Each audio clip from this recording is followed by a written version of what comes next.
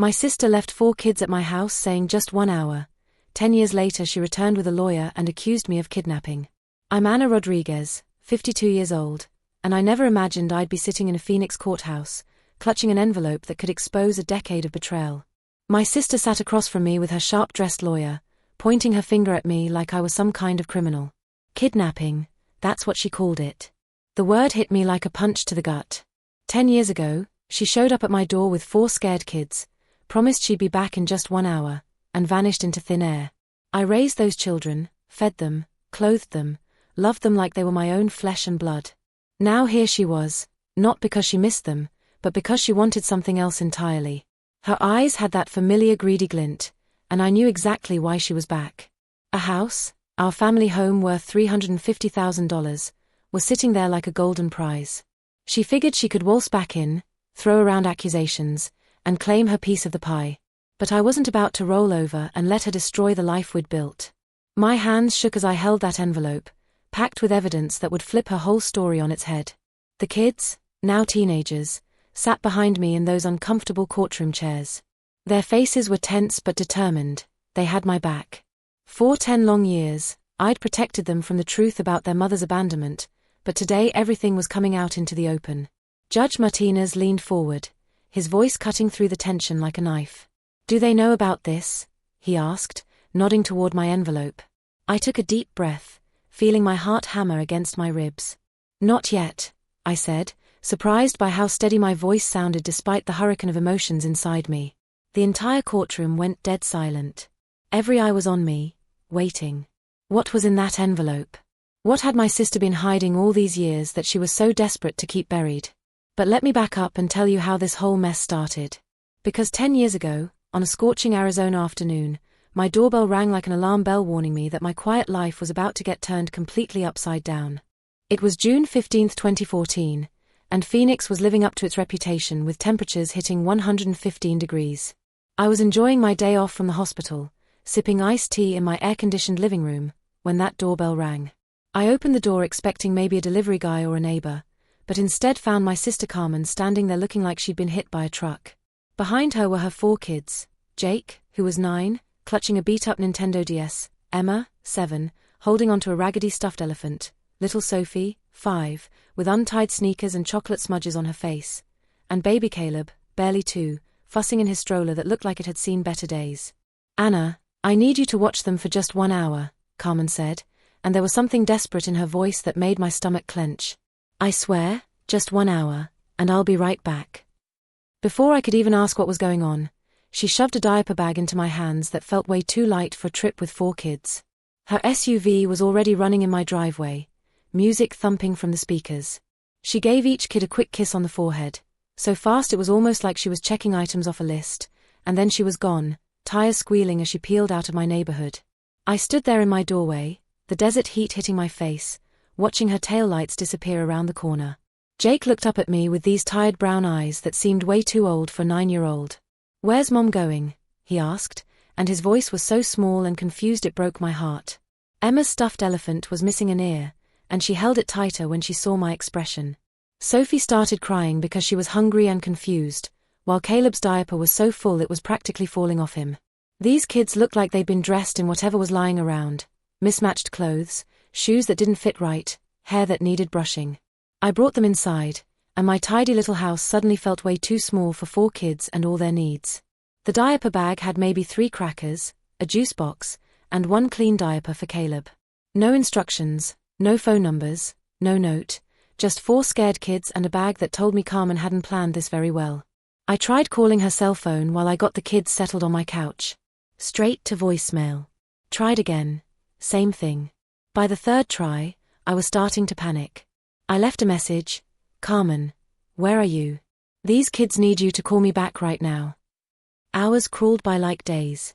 I made peanut butter and jelly sandwiches because that's what I had, gave them water because Caleb was getting dehydrated, and changed his diaper with the only spare one Carmen had left. Jake helped me with the little ones, acting like a parent himself, and that's when I knew something was seriously wrong. By midnight, I had all 4 kids tucked into my guest bedroom, Jake and Emma sharing the double bed, Sophie curled up with some extra pillows, and Caleb sleeping in a makeshift crib I'd built from my laundry basket and some soft blankets. Carmen still wasn't answering her phone. That's when I found the crumpled note at the bottom of the diaper bag, hidden under Caleb's toys. In Carmen's messy handwriting, "Thanks, Anna. Back soon. See. Soon." My hands were shaking as I stared at that word. Looking at those 4 sleeping kids, innocent and trusting, I had this sinking feeling that Carmen's soon might be a very long time coming. Weeks turned into months, and Carmen's soon became the biggest lie I'd ever heard. The kids slowly started to feel like they belonged in my house, but I had to completely rearrange my life to make it work. I was 42 then, a surgical nurse at Phoenix General, planning to maybe buy a condo and travel when I retired. Those dreams got packed away real quick. Getting the kids enrolled in school was my first major battle. I drove to Roosevelt Elementary with their birth certificates from Carmen's bag and faced a skeptical registrar who kept asking where their mother was. "I'm their aunt," I explained, "and I'm taking care of them now."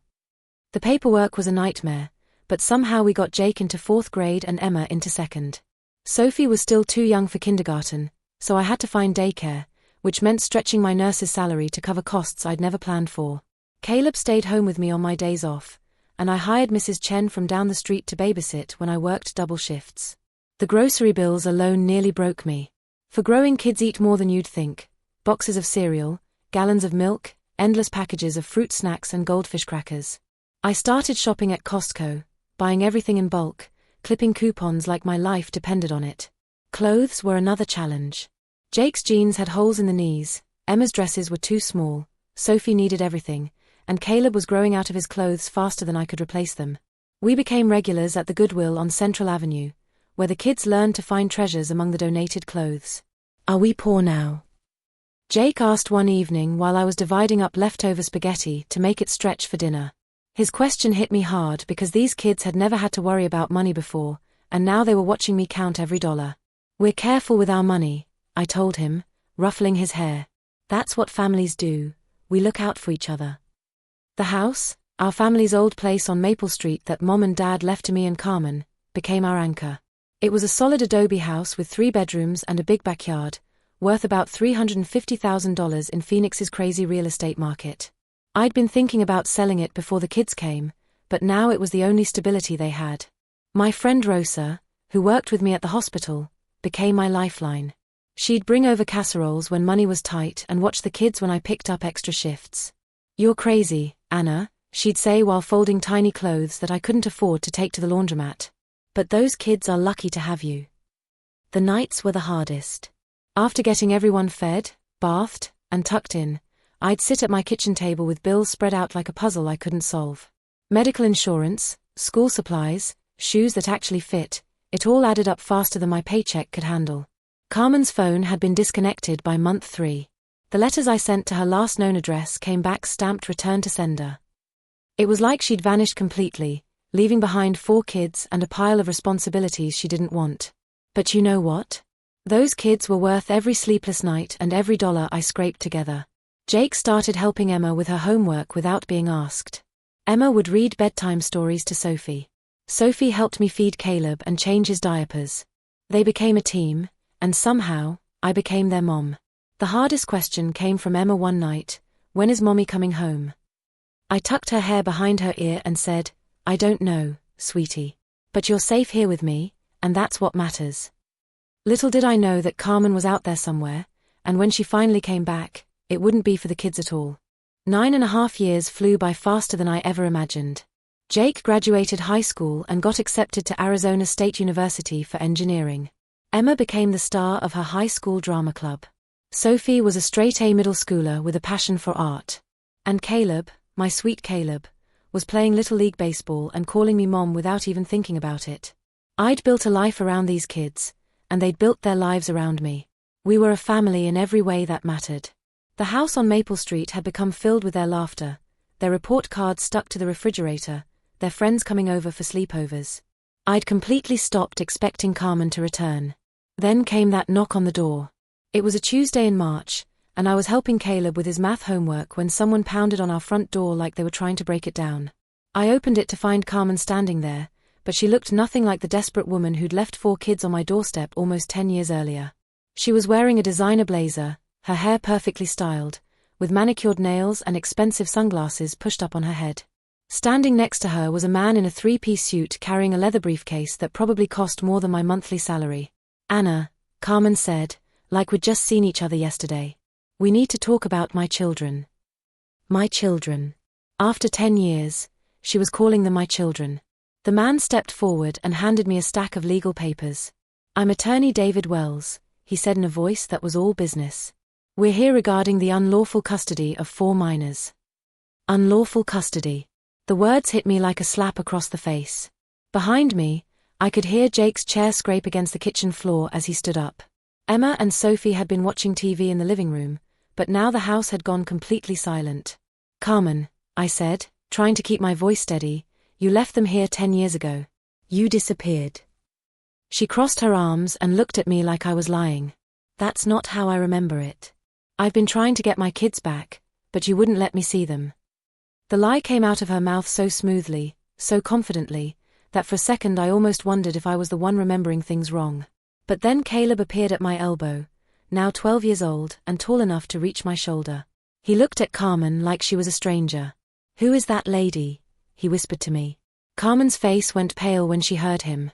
Here was her youngest son, the baby she'd left in diapers, and he didn't even recognize her. Attorney Wells cleared his throat. "Mrs. Rodriguez, my client is filing for immediate custody of her children. You'll be hearing from the family court soon."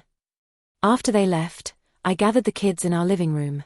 Jake, now 19, sat on the edge of the couch looking angry. Emma, 17, was crying quietly. Sophie, 15, had her arms crossed in that defensive way teenagers do. And Caleb just looked confused. "What's happening, Mom?" Emma asked, and that word, Mom, nearly broke my heart. I took a deep breath. "Your birth mother is back, and she's trying to take you away from here." "She can't do that," Jake said fiercely. "This is our home. You're our mom." But as I looked at those legal papers spread out on my coffee table, I realized that Carmen wasn't just after the kids. The documents mentioned estate disputes and property settlements. She was after the house, the $350,000 family home that had appreciated in value over the years. That night, after I tucked everyone into bed, I sat alone in my kitchen staring at those papers and realized the fight of my life was just beginning. Carmen had left these kids when they needed her most, and now she was back to claim what she thought she deserved. But I had something she didn't count on, the truth, and 10 years' worth of proof that these kids belonged with me. I didn't sleep for 3 days after Carmen showed up. The legal papers felt like they were burning a hole in my kitchen table, and every time I looked at the kids, my heart broke a little more. They were scared. I could see it in their eyes even though they were trying to be brave for me. My first call was to Maria Gonzalez, a family lawyer that my friend Rosa recommended. She met me at her office on a Saturday morning, took one look at me, and poured me a strong cup of coffee. "Tell me everything," she said, pulling out a yellow legal pad. I started with that June afternoon 10 years ago and didn't stop talking for 2 hours. Maria took notes, asked questions, and when I finished, she leaned back in her chair. "Anna, you've got a strong case, but family court can be unpredictable. We need evidence, lots of it." That's when I remembered Carmen's note. I raced home and tore apart my bedroom until I found the old showbox where I'd kept important papers. There it was, that crumpled piece of paper with Carmen's handwriting. "Thanks, Anna. Back soon. See." But I needed more. I dug through old phone bills and found records of all the calls I'd made to Carmen's disconnected number. I printed out copies of the returned letters I'd sent to her last address. I gathered school records showing that I'd been listed as the emergency contact for all 4 kids for nearly 10 years. Rosa came over to help me organize everything. "Remember Mrs. Patterson from Sophie's 2nd grade class?" she asked. "She saw you at every parent-teacher conference, every school play, every field day. She'd make a good witness." I started making a list: teachers, neighbors, our pediatrician Dr. James Wilson, coaches from Jake's high school football team, Emma's drama teacher. People who'd watched me raise these kids, who'd seen me at 2 a.m. in emergency rooms when they had fevers, who'd witnessed me cheering from the bleachers at every game and performance. But the most important evidence came from an unexpected source. I was going through old contact information when I found a number for Carmen's ex-boyfriend, Tony Martinez. He'd dated her right around the time she disappeared, and I remembered him calling once asking about the kids. I dialed the number, not even sure if it would still work. "Anna." His voice sounded surprised. "I was wondering if you'd ever call." "Tony, Carmen's trying to get the kids back. She's claiming I kept them from her." There was a long pause. "That's not true, and I can prove it." My heart started racing. "What do you mean?" "I've got a video message she sent me about 6 months after she left. She was bragging about how she'd dumped the kids on you and was finally free to live her life. She said she never wanted them back." I nearly dropped the phone. "You still have it?" "Saved it on my old phone. I kept thinking maybe someday those kids would want to know the truth about why their mom left." That video was the smoking gun we needed, but I wasn't prepared for how much it would hurt the kids to hear it. As I hung up the phone, I realized we were about to expose a truth that would shatter any remaining hope they had about their birth mother. Maria filed our response to Carmen's custody petition, but she warned me, "The judge is going to want to hear from the kids. Are they prepared for that?" That evening, I sat them all down in our living room. Jake was home from his freshman year at ASU, looking more like a man than the scared 9-year-old boy who'd shown up at my door. Emma had her acceptance letter to Northern Arizona University pinned to her bedroom wall. Sophie was planning her quinceañera. Caleb was worried about making the all-star baseball team. "The judge is going to ask you what you want," I told them. "You need to be ready to speak up in court." "We want to stay with you," Jake said without hesitation. "You're our mom." Emma nodded, tears in her eyes. "She left us. You stayed." Sophie, always the artist, had been drawing pictures of our family for weeks. 4 kids and me, no Carmen in sight. "This is our home," she said simply. Caleb looked at me with those trusting brown eyes. "Will they make us go with her?" I pulled him close. "Not if I can help it, buddy. Not if I can help it." The court date was set for June 15th, exactly 10 years after Carmen had dropped them off. The irony wasn't lost on me. But as we prepared for the fight of our lives, I kept thinking about that video Tony had, and wondering if the kids were ready to hear the real reason their mother had abandoned them. The Maricopa County Family Court building looked like a fortress to me as we walked up the steps on that blazing Phoenix morning. The kids were dressed in their best clothes, Jake in his graduation suit, Emma in her drama club dress, Sophie in the outfit we'd bought for school pictures, and Caleb in khakis and a polo shirt that made him look older than his 12 years. Judge Martinez was a stern-looking man with graying temples and kind eyes. The courtroom smelled like old wood and nerves, with about a dozen people scattered in the gallery, mostly neighbors and friends who'd come to support us. Carmen sat across the aisle with Attorney Wells, looking confident in her designer outfit. She barely glanced at the kids, which told me everything I needed to know about why she was really there. Wells stood up first, straightening his expensive tie. "Your Honor, my client, Carmen Delgado, is the biological mother of Jake, Emma, Sophie, and Caleb Rodriguez.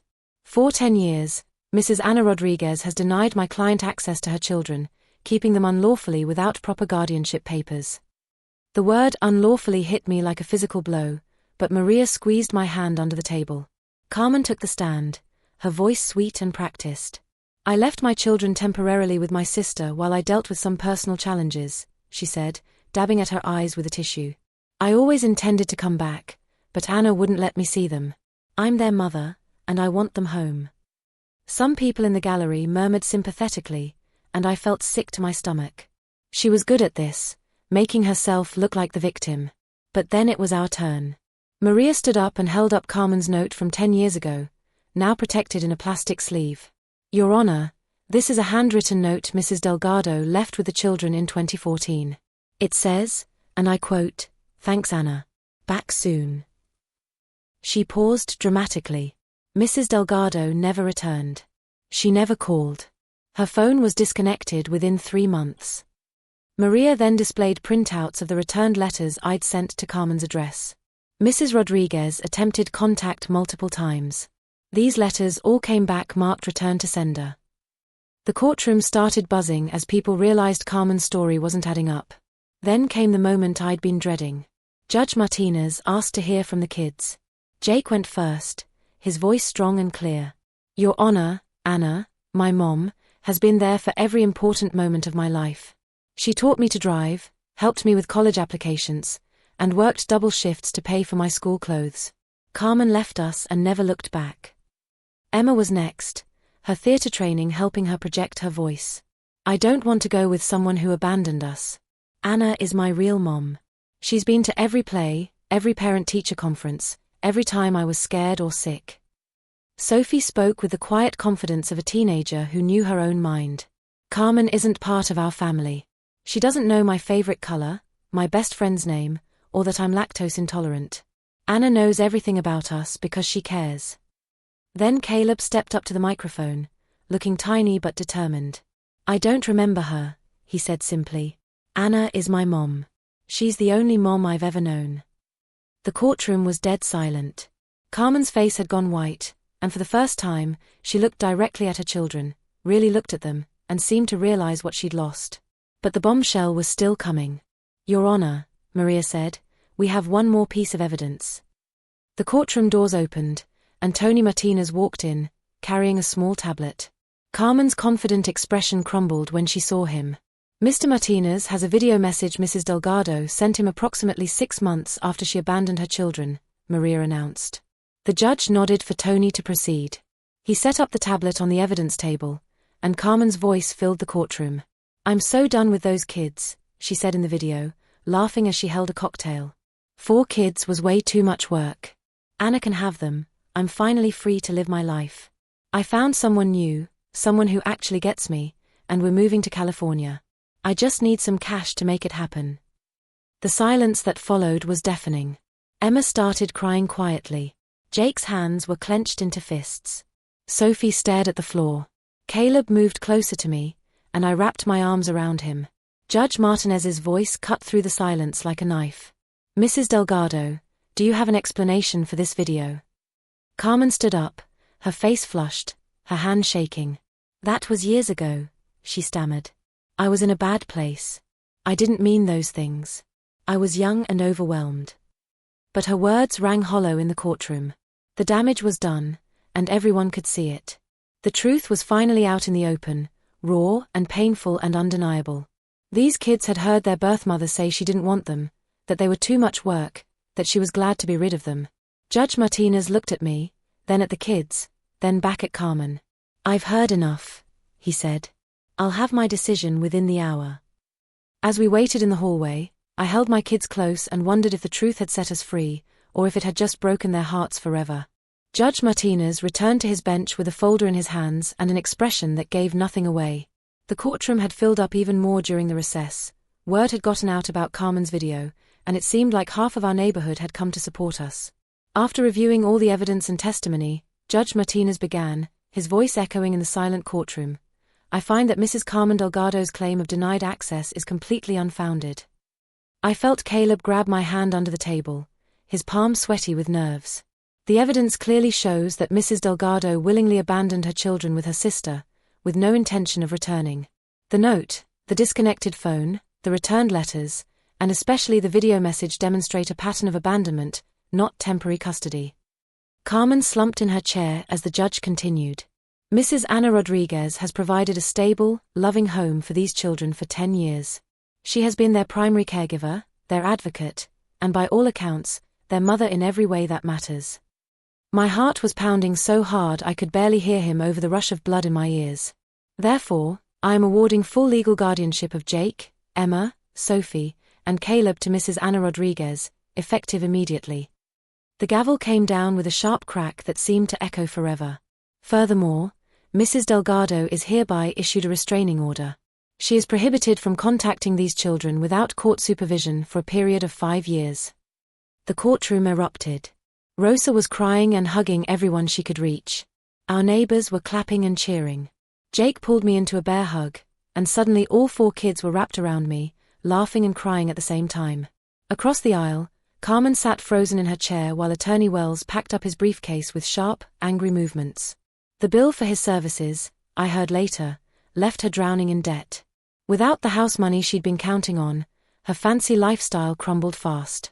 As we walked out of the courthouse into the blazing Arizona sun, I felt like I could finally breathe again after holding my breath for months. The kids were chattering and laughing, making plans for celebrating at Emma's favorite Mexican restaurant. But Carmen's voice stopped me at the courthouse steps. Anna, wait. I turned around. She was standing alone on the steps, looking smaller somehow without her lawyer beside her. Her expensive clothes couldn't hide the defeat in her eyes. She started, then stopped. For a moment, she looked like the sister I'd grown up with, before life had hardened her into someone I didn't recognize. I never meant for things to get this bad. The kids had gone quiet behind me, listening. You made your choices, Carmen, I said, not unkindly. I made mine. She nodded slowly, glanced one last time at the kids who barely knew her, and walked away toward the parking garage. I watched her go and felt a complicated mix of sadness and relief. She was my sister, and I'd always love her, but she'd chosen money over family, freedom over responsibility. Some choices you can't take back. 6 months later, life had settled into a new normal. Jake finished his sophomore year at ASU with a 3.8 GPA. Emma got the lead in her high school's production of West Side Story. Sophie's artwork won first place in the county fair. And Caleb made the all-star team, just like he'd hoped. The house on Maple Street felt different now, lighter somehow, like a weight had been lifted from all of us. We had legal papers that made it official, but we'd been a family long before any judge said so. I still worked at Phoenix General, but I'd finally started planning for that early retirement I'd put on hold. Rosa and I were talking about taking the kids to California next summer, maybe Disneyland and the beach. Simple dreams, but they felt possible now. Carmen moved to Tucson and got a job at a call center. I heard through mutual friends that she was living in a one-bedroom apartment, still trying to pay off her legal bills. I didn't take any pleasure in her struggles. She was still my sister, but I couldn't forget what she'd put the kids through either. On the 1-year anniversary of the court decision, we had a family barbecue in our backyard. Jake grilled burgers while Emma and Sophie set the table, and Caleb played with the neighbor's dog. As the sun set over the mountains and the kids laughed around our patio table, I realized something important. Family isn't just about blood.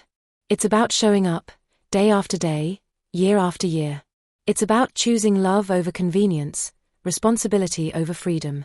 It's about holding on tight when things get hard and never letting go.